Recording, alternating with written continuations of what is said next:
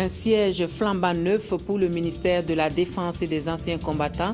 C'est le cadeau d'anniversaire pour les forces armées nationales qui soufflent 53 bougies le 1er novembre. Une fête d'anniversaire qui se prépare minutieusement. Une coopération qui s'annonce fructueuse entre la RTB et la chaîne nationale japonaise. Un partenariat naissant qui engage le Japon à accompagner la chaîne publique dans l'amélioration du contenu de ses programmes. Nous aurons dans ce journal la signature du protocole d'accord de ce partenariat. Et puis l'actualité du moment à l'international, c'est bien sûr la libération des 4 otages français enlevés au Niger il y a 3 ans. Les ex-otages sont arrivés ce matin à Paris. C'est le menu du 20h de la télévision de Burkina. Bienvenue à tous et merci à vous de nous suivre. Avant de développer tous ces titres, nous allons feuilleter le carnet d'audience du président du Faso. Blaise Compaoré a reçu ce matin l'ambassadeur de la Turquie au Burkina Faso en fin de mission. Le diplomate turc a fait au chef de l'État le point de la coopération entre son pays et le Burkina Faso avant de lui dire au revoir. Écoutons le docteur Aïden Sefa Oke au micro de Salinana.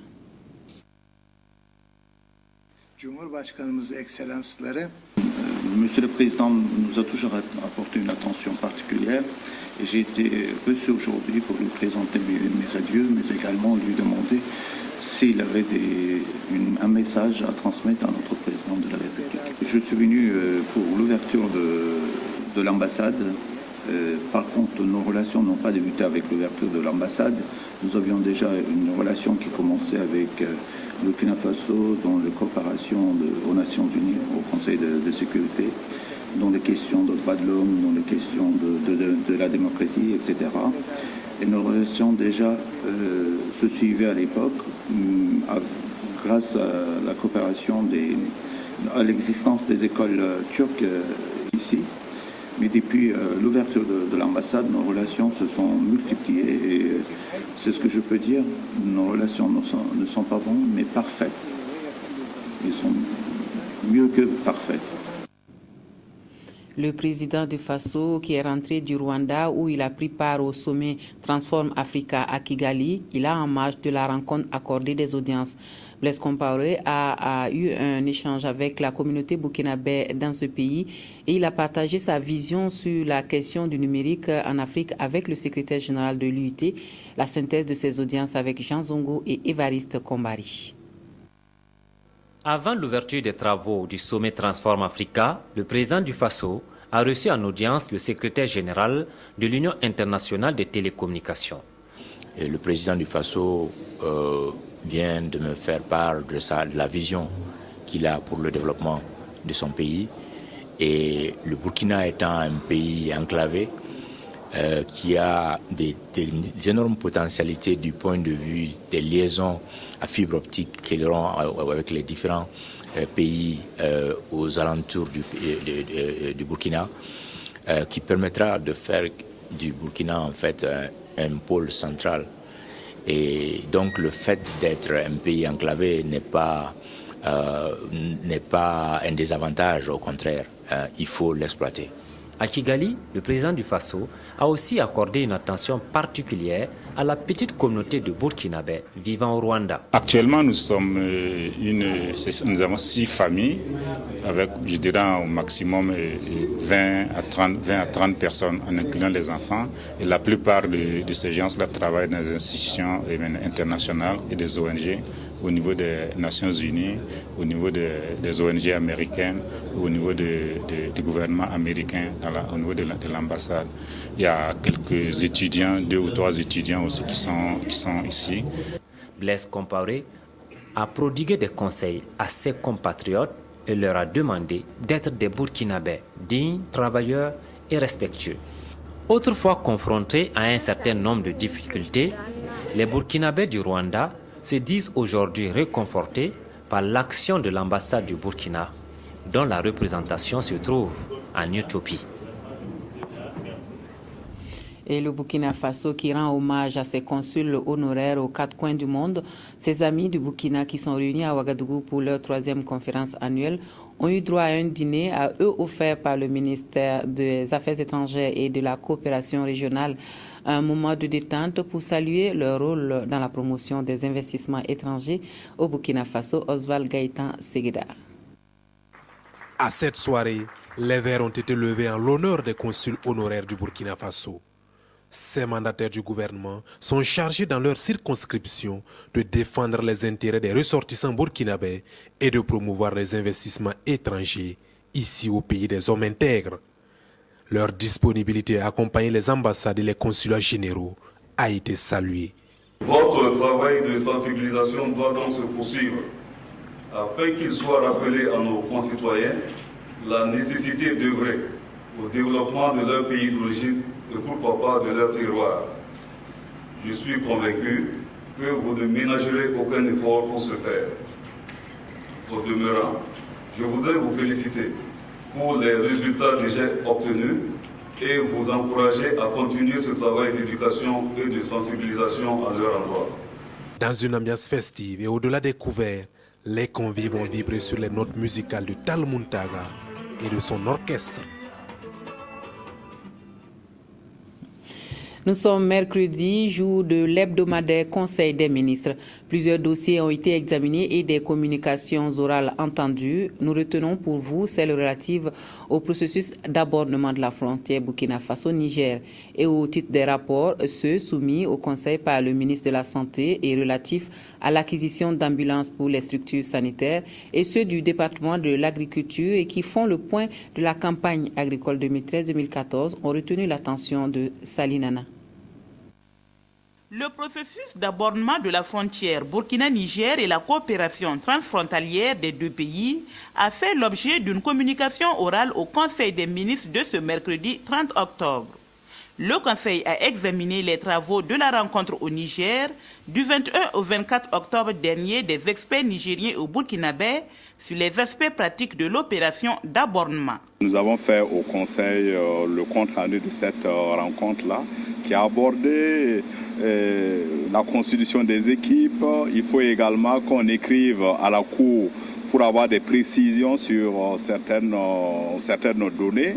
Il faut également que nous fassions ensemble des requêtes auprès des Nations Unies, auprès de l'Union africaine pour avoir un soutien financier afin de monter les équipes d'abordement qui doivent faire un travail difficile. Il y a le problème de la sécurité. Donc il y a un certain nombre de problèmes que nous avons soumis au Conseil et qui nous a donné des instructions pour la suite du dossier. Le ministre de la Santé a transmis au Conseil un rapport relatif à l'acquisition d'ambulances afin que l'ensemble des centres et structures sanitaires du Burkina soient dotés d'ambulances fonctionnelles.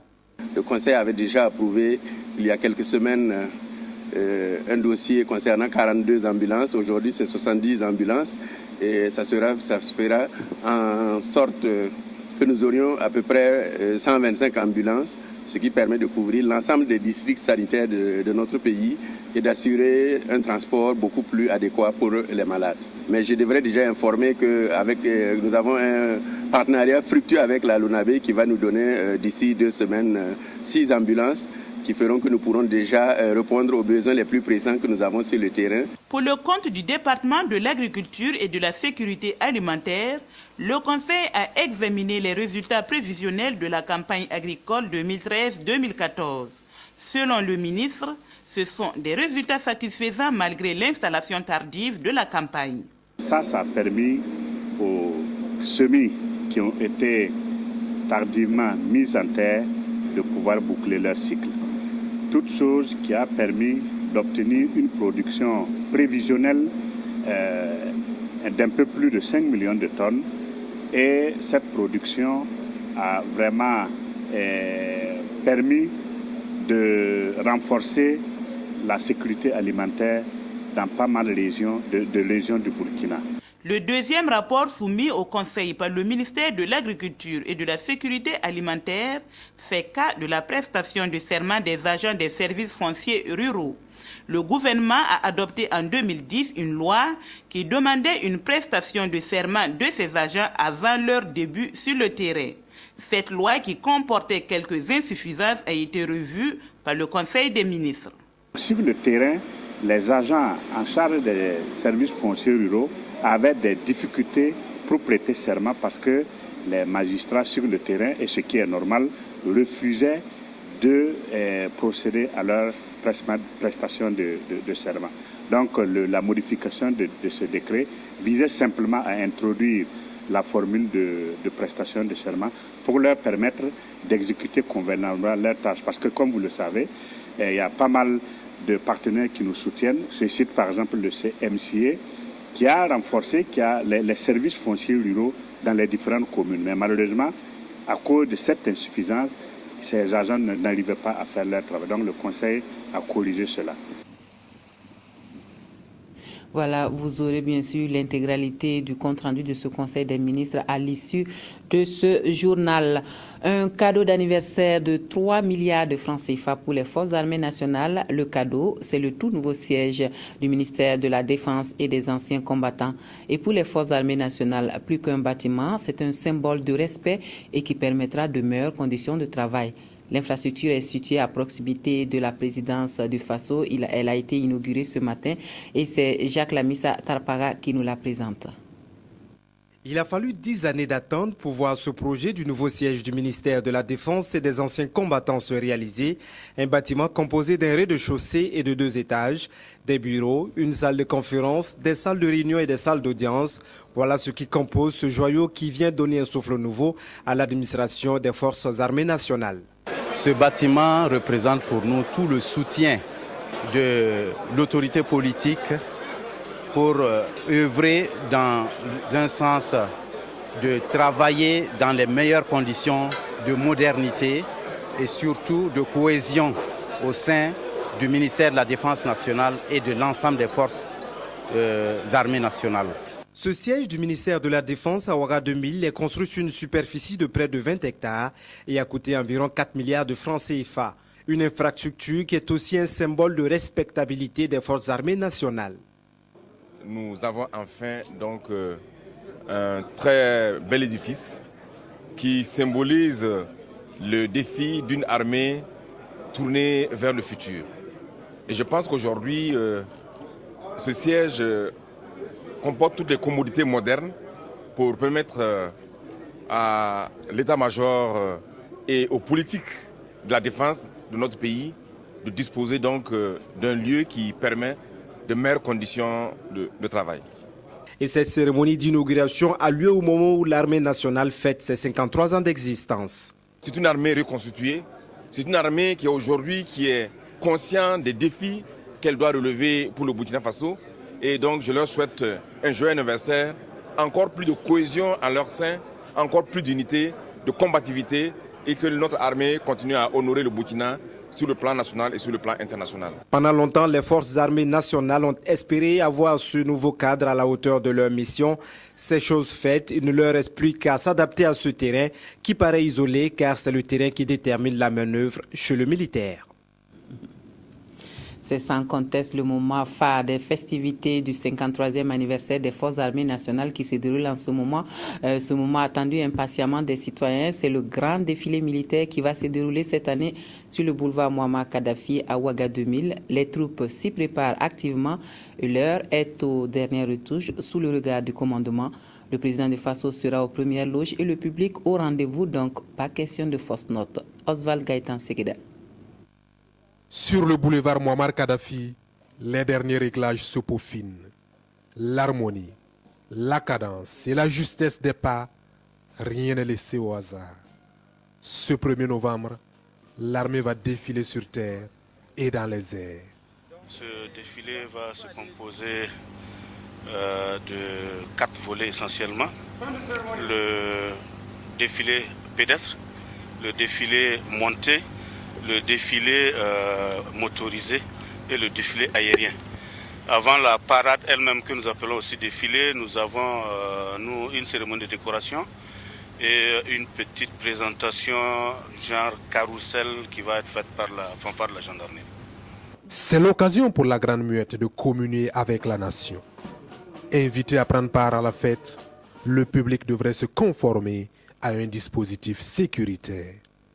C'est de venir du côté du rond-point des héros nationaux. Donc nous nous excusons des désagréments que le dispositif sécuritaire pourrait causer, notamment dans la régulation de la circulation. Mais les populations doivent comprendre que c'est la fête de leur armée et que nécessité faisant loi, Je pense qu'il est judicieux quand même qu'ils comprennent, qu'ils restent courtois et qu'ils puissent collaborer de façon franche avec les forces de sécurité qui seront présentes. Donc pour tout renseignement, ils peuvent demander poliment aux agents de sécurité qui sont là et qui sont là pour les renseigner. Tout y est presque, mais pour les militaires, le dernier mot revient au chef. Nous les militaires, nous ne sommes satisfaits que quand le chef a dit que c'est bon. Passez.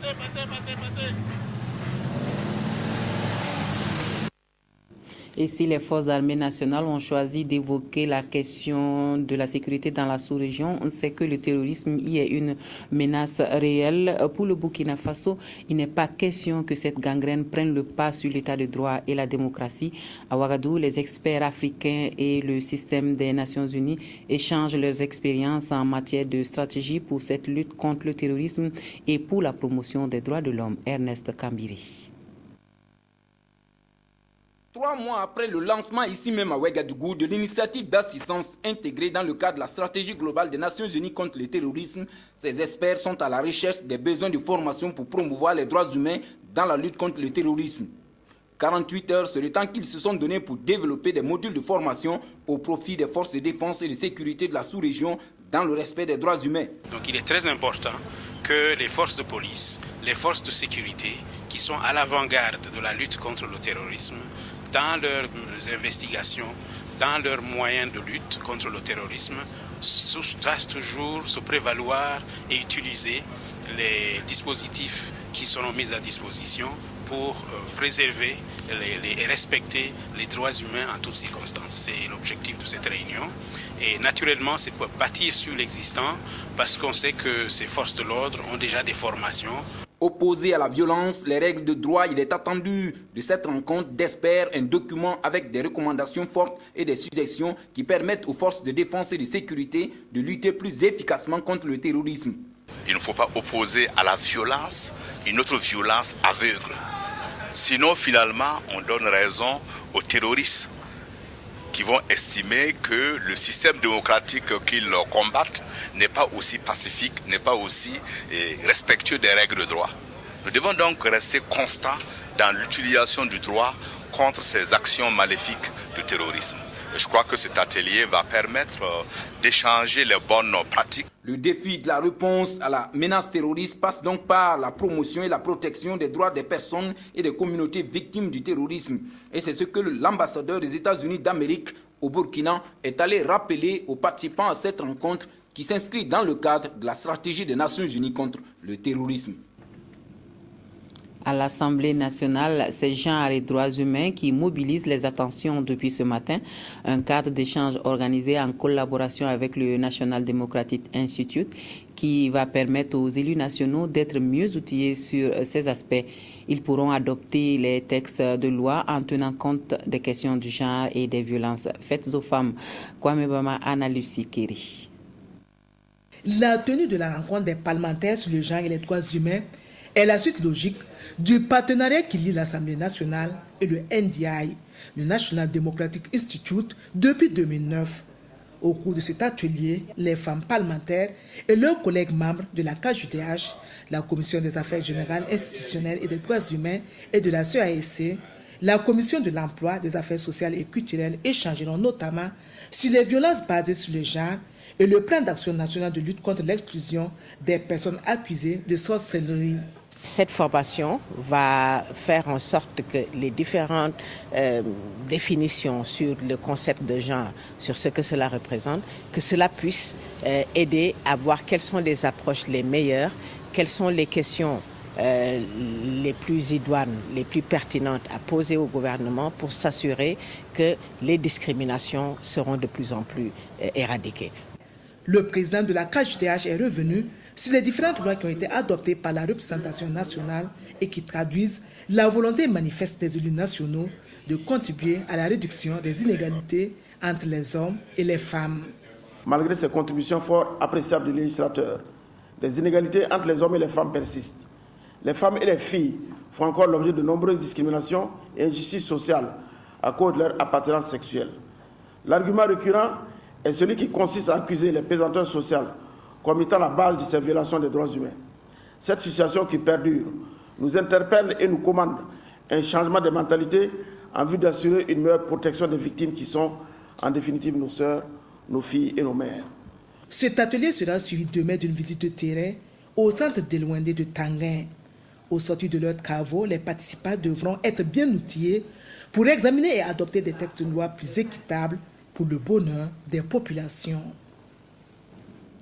L'édition 2013 des universités africaines de la communication de Ouagadougou interpelle les professionnels des médias sur leur rôle et leurs responsabilités dans le processus d'instauration et de maintien de la paix en Afrique.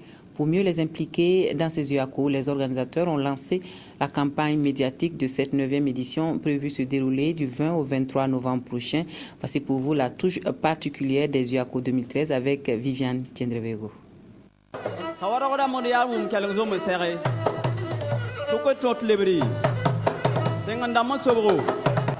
L'édition 2013 des universités africaines de la communication de Ouagadougou va rendre hommage aux griots. Maîtres de la parole, fins connaisseurs de l'histoire des peuples et médiateurs dans certaines situations, ils ont leur place dans ces UACO. Aujourd'hui, la communication a pris d'autres formes avec l'école, avec, je dirais, avec le processus colonial. Mais je pense que les griots dans nos sociétés africaines, le griot a une place extrêmement importante. Et derrière cette nuit des griots, ne va pas impliquer seulement les griots du Burkina Faso. Nous avons écrit à la Guinée, à la Côte d'Ivoire, au Mali et au Sénégal pour que des personnes puissent venir. Le thème de cette 9e édition est communication, paix et démocratie en Afrique. Les communicateurs et journalistes que nous sommes avons donc le devoir d'apporter notre contribution à la préservation et à l'ancrage de la paix et de la démocratie. Et c'est pour susciter la réflexion et proposer des solutions durables aux crises qui sévissent en Afrique. Le programme de ces UACO prévoit 5 panels, des visites dans les médias et sur des sites touristiques. L'organisation de cette 9e édition devrait coûter 140 millions de francs CFA. L'apport du ministère de la Communication est de 40 millions. La radiodiffusion-télévision du Burkina qui peut désormais compter sur l'appui du Japon pour l'amélioration du contenu de ses programmes. La chaîne nationale japonaise et la RTB ont signé ce matin un partenariat qui profitera aux deux parties à travers des échanges de programmes pour le Japon et le renforcement des capacités opérationnelles de la radiodiffusion-télévision du Burkina. Idrissa Seri.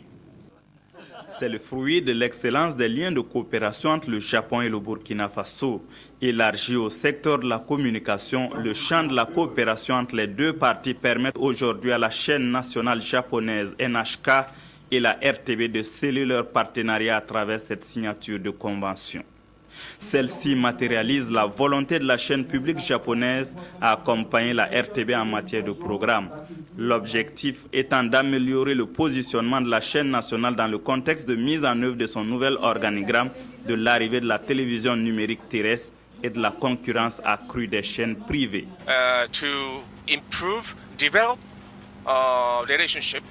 L'événement d'aujourd'hui est une première étape d'amélioration des relations entre le Burkina et le Japon. C'est vraiment dommage que les peuples japonais ne connaissent pas le Burkina. Mais il y a un cas exceptionnel.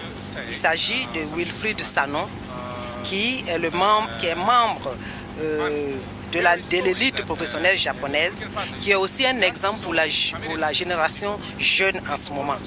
Et donc, lui, il voudrait, NHK, il voudrait voir ce genre d'initiative développée entre les deux populations. À travers cet accord de coopération, ce sont environ 173 millions de francs CFA qui sont mis à la disposition du Burkina Faso. Ce soutien permettra non seulement à la RTB d'enrichir ses programmes, mais aussi de contribuer à une meilleure connaissance de la culture japonaise. La RTB est face à plusieurs défis et le défi principal, c'est celui de la production des contenus. Par nous-mêmes, par la pertinence des coproductions que nous pouvons mener, mais également par la pertinence de la mise à profit de toute l'énergie que le Burkina et le gouvernement déploient au niveau de la coopération internationale. Et avec les amis du Japon, Nous sommes dans une dynamique de renforcement des contenus. C'est tout naturellement que le Burkina Faso témoigne sa reconnaissance au Japon, notamment à l'agence de coopération japonaise JICA, grâce à qui ce projet voit un aboutissement heureux. En ce moment précis, la télévision nationale a beaucoup de travail à abattre. Il faut qu'ensemble, nous puissions lui donner les moyens d'accomplir honorablement son devoir. Et c'est ce que le Japon essaie de nous aider à faire. Et nous accueillons donc cette contribution avec beaucoup de bonheur. On le sait aujourd'hui, le Japon est une référence en matière de technologie et de production audiovisuelle. Après l'amélioration du temps d'antenne de la RTB, le vœu des responsables est de voir cette convention élargie à d'autres métiers de la télévision et de la radio, au bonheur des téléspectateurs et des auditeurs. Et c'est grâce au partenariat entre les engagements nationaux et la Chine-Taïwan que Dongsen, dans la commune rurale de Nobéré, a un collège d'enseignement général. Les populations ont accueilli chaleureusement le sujet qui va résoudre bien de problèmes liés à la scolarisation des enfants. La fête était belle samedi dernier à l'inauguration de l'infrastructure Tobom Evelyne Dabiri. Ce CG va réduire les distances parcourues par les élèves de la localité et pallier l'insuffisance des infrastructures éducatives. Vraiment, je suis tellement très ému parce que avec les classes qui sont tellement très proches des élèves, avant, je voyais qu'il y avait des enfants qui parcouraient à 1 km, 20 km de là. Mais maintenant, je pense que ça ne dépasse pas 1 km, 2 km. Cela, vraiment, c'est un sentiment de fierté et je suis tellement content. Fruit de la coopération entre le Burkina Faso et la Chine-Taïwan à travers les engagements nationaux, cette infrastructure est composée de 4 classes toutes équipées et de 2 blocs latrines. Les élèves, à travers leur porte-parole, ne cachent pas leur joie et leurs propos font écho à ceux du chef du village, du maire et du secrétaire permanent des engagements nationaux.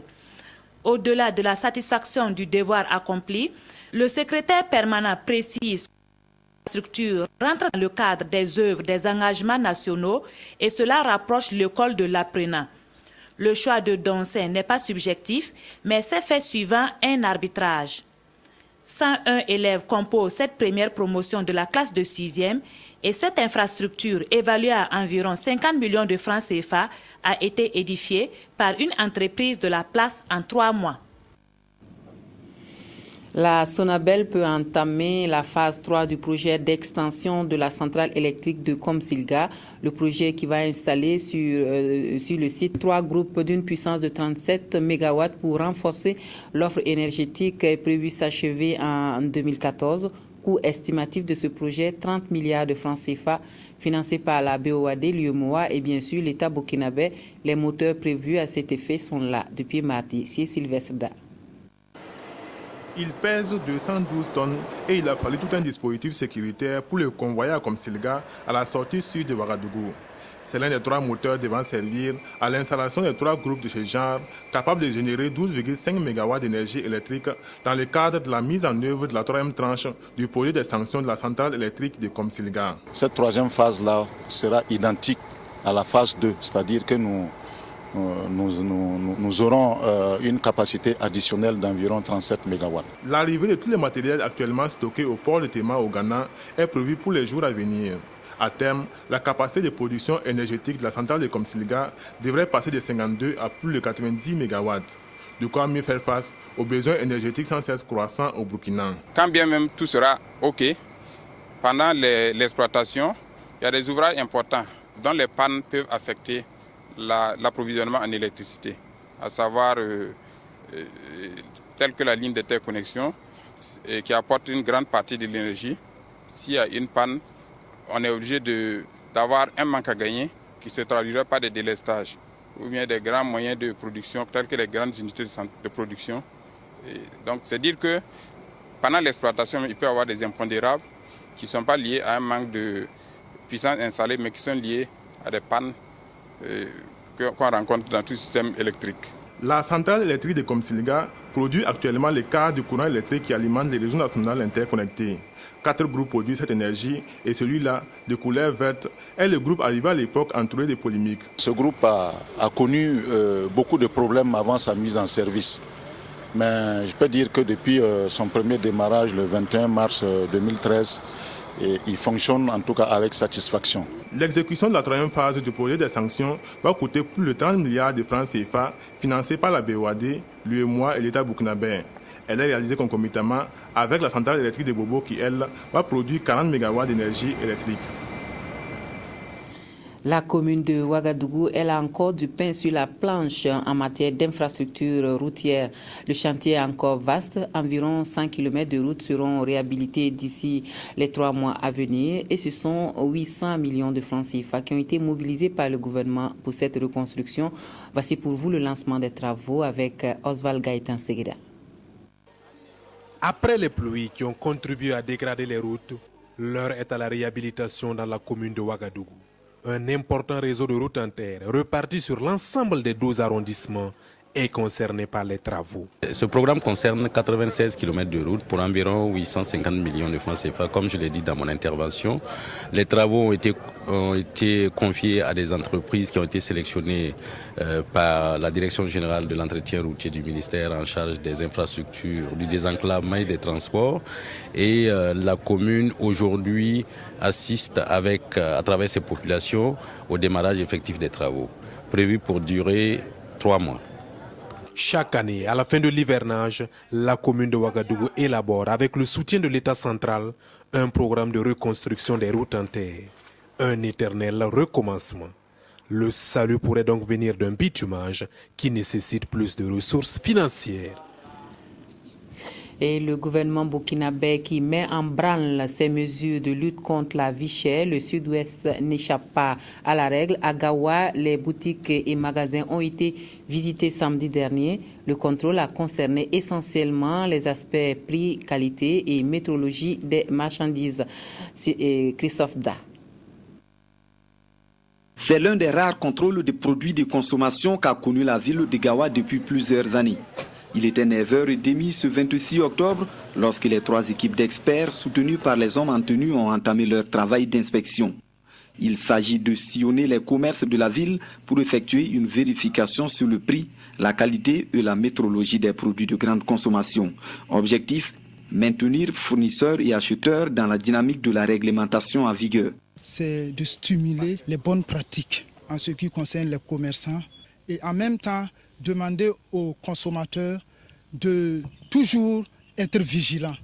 S'ils constatent à quelque niveau que ce soit dans les différentes boutiques et autres qu'il y a des anomalies, il y a la non-publicité des prix, voilà, le non-respect des quantités, il faut approcher l'administration, il faut approcher les services de sécurité. Les commerçants ont été pris à l'impromptu par la mission, tout comme les consommateurs, mais tous se montrent coopératifs, convaincus sans doute du bien fondé de cette action. Ça a été une surprise pour moi de les voir. Personnellement, je suis très content, parce que ça nous permet vraiment de prouver à nos clients que nous avons du bon produit à notre niveau, s'il n'y a pas de problème. Je trouve que c'est bien. L'État n'a qu'à continuer dans cette lancée. Je pense que c'est une bonne initiative, d'autant plus que ça permet d'avoir une certaine visibilité et un certain suivi sur les mesures prises. J'espère en tout cas qu'après ce contrôle-là, des mesures vont suivre pour que les gens puissent rentrer dans les rangs. Pour mettre les gens dans les rangs, le gouvernement est prêt à aller jusqu'au bout de ses actions et donc les sorties de contrôle se multiplieront désormais, ont assuré les responsables de la mission qui précisent par ailleurs que les sanctions prévues pour les contrevenants vont d'une amende de 5 000 à 5 millions de francs CFA à la fermeture du commerce. La campagne de vaccination contre la pneumonie contagieuse bovine et la maladie de Newcastle initiée chaque année par le gouvernement burkinabé a pris son départ cette année à Banfora. Les responsables des ressources animales espèrent venir à bout de ces fléaux qui font des ravages au sein du bétail et de la volaille. Widiaroki Assanou.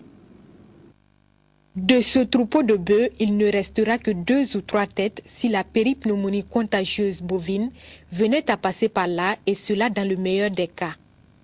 Il en est de même pour cette volaille qui serait entièrement décimée par le passage de la maladie de Newcastle. Ces deux maladies font partie des plus grandes menaces de l'élevage au Burkina Faso, qui pourtant peuvent être minimisées d'un seul geste, la vaccination. Nous lançons chaque année la campagne afin de couvrir 100% de notre cheptel. C'est plus de 8 millions de têtes de bétail et nous tentons de couvrir actuellement plus de 65% de notre volaille, c'est-à-dire à peu près 25 millions.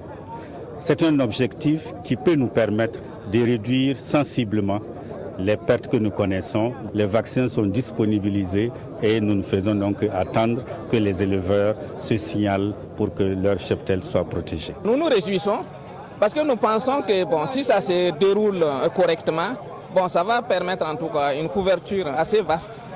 Donc la protection de nos animaux. Si les animaux sont protégés, il y aura moins de mortalité. Et ça va augmenter donc les revenus des éleveurs. Sur le terrain, les éleveurs peuvent compter sur l'accompagnement des vulgarisateurs volontaires villageois et des services techniques vétérinaires. Cependant, tous les acteurs restent convaincus que sans une réelle campagne de communication, ces efforts resteront vains. Donc en tant que parrain, je me suis engagé et je m'engage aux côtés du ministre des Ressources animales et halieutiques à faire en sorte que nous puissions faire une très bonne campagne de communication et pour permettre à ces campagnes de vaccination de pouvoir réussir. Et il y va de la qualité de notre élevage qui occupe une très grande place dans l'économie de notre pays et dans la lutte contre la pauvreté. À l'occasion, les meilleurs vulgarisateurs volontaires villageois ont reçu des prix en espèces et en nature. Et pour que la campagne se déroule au mieux, des kits de vaccinateurs et divers matériels ont été remis aux différentes directions régionales des ressources animales et halieutiques. Alors maintenant, sur le Tour du Faso pour les échos du jour, Seydou Bamogo remporte la 6e étape du jour du Tour cycliste international du Faso, couru ce matin entre Ouagadougou et Koudougou, une distance longue de 99 km. Il signe sa première victoire d'étape en traversant la ligne d'arrivée en 2h20 minutes 16 secondes, soit une vitesse moyenne de 42,470 km/h. On retrouve sur la route du Tour un de nos envoyés spéciaux, Modeste Ouedraogo. Chaque étape du Tour du Faso est désormais une équation à plusieurs inconnus pour les Burkinabés. L'objectif majeur demeure et reste la protection du maillot jaune. Mais avec seulement 8 secondes d'avance, les étalons cyclistes ont-ils vraiment les moyens d'y arriver? Il est 8 heures, place de la Nation, 58 concurrents sont lâchés pour une distance de 99 km. Direction Koudougou, la cité du Cavalier Rouge, pour le compte de la 6e étape. Dans le peloton, la chasse à l'homme continue entre Burkinabés, Ivoiriens, Allemands, Camerounais et Algériens. La course reste calme jusqu'à la sortie de Ouagadougou. Là, on assiste à quelques tentatives d'échapper, mais très vite annulées. Cette situation perdue jusqu'au premier point chaud à Kokologo. Salfo Bikenga du Burkina Faso s'impose devant Damien Tekou du Cameroun. Après les 50 premiers kilomètres, toujours pas d'échappée. Le peloton, lui, est très étiré jusqu'à s'accoincer, carrefour de Koudougou. Les Algériens contrôlent la tête de la course. Au dernier sprint intermédiaire à poids, Mamadi Balima du Burkina Faso l'emporte au grand bonheur des spectateurs. Le peloton emprunte la dernière ligne droite en direction de Koudougou. Les cyclistes deviennent nerveux et les chutes se succèdent les unes après les autres. La grosse sueur froide nous est venue du maillot jaune qui connaît quelques ennuis techniques, mais fort heureusement, vite maîtrisé. Devant, une véritable échappée se dessine, puis se concrétise. Au nombre de 11 échappés, dont 3 Burkinabés, chacun nourrit l'espoir de gagner l'étape du jour. À 10 km de l'arrivée, 2 hommes rejoignent les fuyards pour l'emballage final. Les hommes de tête sont désormais 13. 4 Burkinabés, 2 Camerounais, 2 Néerlandais, 1 Ivoirien, 1 Allemand, 1 Malien et 2 Algériens. Au moment où l'on s'attendait à un sprint massif, 4 coureurs pointent leur nez à 100 mètres de la ligne d'arrivée.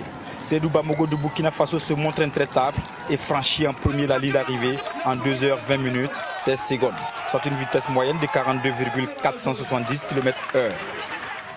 Il est suivi de Clovis Ngewa du Cameroun. Hicham Kab de l'Algérie complète le podium. Il était impératif que nous nous unissions et travailler en faveur de ce maillot.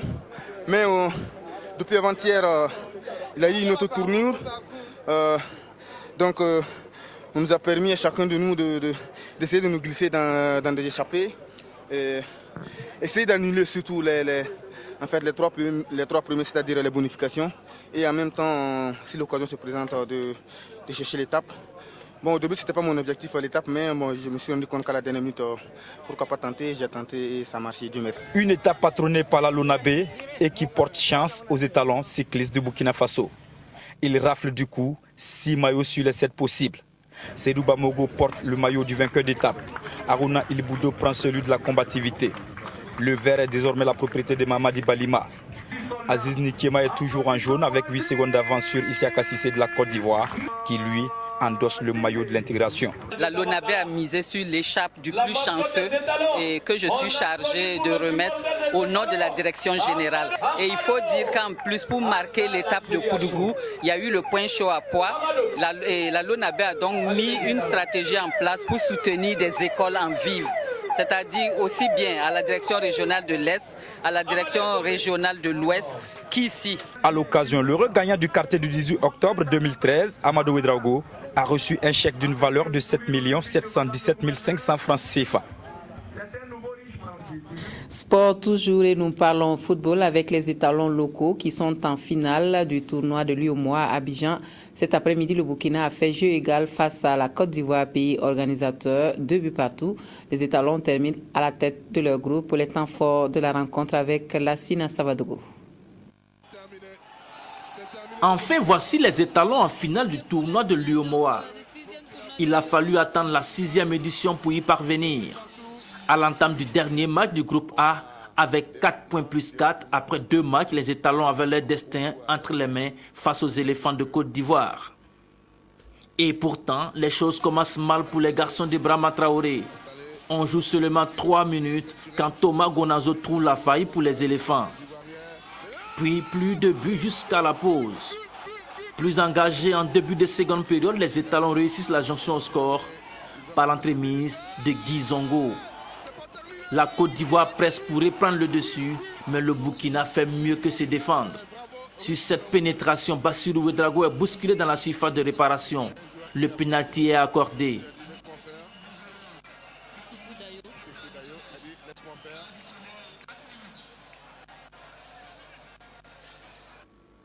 Issoufou Dayo ne tremble pas et donne l'avantage aux siens. La réaction ivoirienne ne se fait pas attendre. Sur ce corner, l'éléphant fustige Mohamed Kaboré à bout portant. Plus que quelques minutes et les éléphants sont bien décidés à en finir avec leurs adversaires. Il a fallu pour cela l'exploit de Mohamed Kaboré pour éviter le pire. Le score final, 2 buts partout. Avec 5 points plus 4, le Burkina sort premier du groupe A devant le Mali, tenu en échec 1 but partout par le Togo. Qui du Bénin, du Niger ou du Sénégal affrontera le Burkina en finale le 2 novembre prochain?